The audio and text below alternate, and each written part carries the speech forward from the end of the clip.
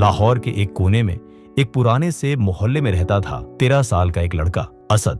उसके अब्बा गुलाम रसूल एक किसान थे जो गांव से शहर आए थे ताकि अपने बच्चों के लिए एक बेहतर भविष्य बना सके। असद का घर छोटा था लेकिन उसके सपने और हौसले बहुत बड़े। हर दिन एक ही वाक्य से शुरू होता, बेटा जिंदगी आसान नहीं होती, मेहनत करनी पड़ेगी। असद के लिए ये मेहनत सिर्फ किताबों तक सीमित नहीं थी बल्कि घर के कामों में भी थी। पानी भरना, बाजार से सामान लाना और सुबह सवेरे अब्बू के साथ सब्जी मंडी जाना। असद का दिल साइंस में लगता था। जब भी उसका साइंस का टीचर सर आदिल क्लास में कोई प्रयोग करते, असद की आंखें चमक उठती। एक दिन सर आदिल ने कहा, असद तुम्हें साइंस एग्जीबिशन में हिस्सा लेना चाहिए, तुम्हारा आइडिया बेहतरीन है। असद ने घर आकर खुशी से बताया, अब्बू मुझे साइंस फेयर में जाना है, मुझे एक सोलर पावर्ड पंखा बनाना है। लेकिन गुलाम रसूल ने सिर हिलाते हुए कहा, बेटा ये सब अमीरों के काम है, हम जैसे लोग बस स्कूल तक पढ़ लें वही बहुत है। असद कुछ दिनों तक चुप रहा। उसके अंदर का छोटा शेर जैसे सो गया था। उसे पता था कि उसके पास न तो सामान है, न पैसे और न ही समर्थन। दोस्तों ने भी हतोत्साहित किया, छोड़ यार, तेरे जैसे बहुत आते जाते हैं, साइंस फेयर उन्हीं का होता है जो कोचिंग सेंटर जाते हैं। लेकिन एक दिन जब उसने पुरानी साइकिल के पुर्जे देखे, उसके दिमाग में एक चिंगारी सी जली। असद फिर से सर आदिल के पास गया।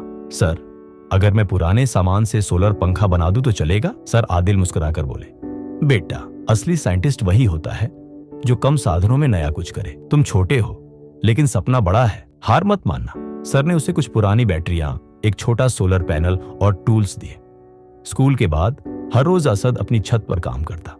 कभी बैटरी फट जाती, कभी पंखा नहीं चलता, लेकिन उसने हार नहीं मानी। छोटे छोटे मसले बड़े लगते थे, कभी बिजली नहीं होती, कभी सामान खो जाता। लेकिन असद ने एक कॉपी में अपने आइडिया लिखने शुरू किए।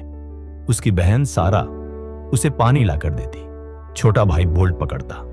धीरे धीरे घर वाले देख रहे थे कि असद वाकई कुछ कर रहा है। कुछ लोग मजाक भी उड़ाते, देखो किसान का बेटा साइंटिस्ट बनने चला है। लेकिन असद एक बात सोचता रहा, मैं हार नहीं मानूंगा। साइंस एग्जीबिशन का दिन करीब आ रहा था। असद का पंखा अब चलने लगा था, लेकिन अब उसे प्रेजेंटेशन की भी तैयारी करनी थी।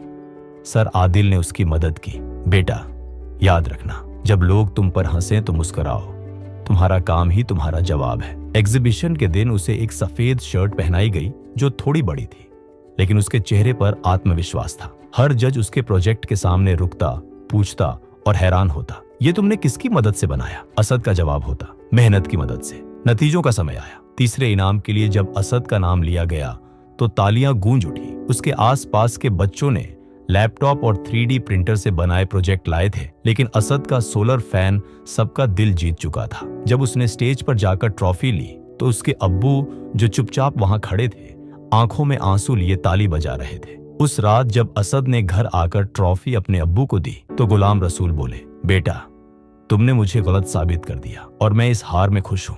अब वो हर रोज अपने दोस्तों को गर्व से बताते, ये मेरा बेटा है, छोटा शेर, सपना बड़ा था लेकिन हौसला उससे भी बड़ा। अगला साल आया और असद को एक NGO ने स्पॉन्सर किया। उसने नए प्रयोग शुरू किए। लोकल टीवी चैनल्स ने उसके इंटरव्यू ली। लाहौर के एक छोटे मोहल्ले का छोटा लड़का अब पूरे देश के लिए मिसाल बन गया था। उसने अपने स्कूल के बच्चों के लिए एक साइंस क्लब शुरू किया, जहां कोई भी बच्चा किसी भी पृष्ठभूमि से आकर कुछ नया सीख सकता था। उसका मकसद सिर्फ अपने लिए नहीं, अब असद 17 साल का हो चुका है, बल्कि उन सभी के लिए रास्ता बनाना है जो सपने तो देखते हैं लेकिन डर जाते हैं। उसकी डायरी का पहला पन्ना आज भी कहता है, मैं किसान का बेटा हूँ, मैं छोटा हूँ लेकिन मेरा सपना बड़ा है, मैं हार नहीं मानता, मैं कभी नहीं रुकता, मैं छोटा शेर हूँ और मैं कभी गिव अप नहीं करता।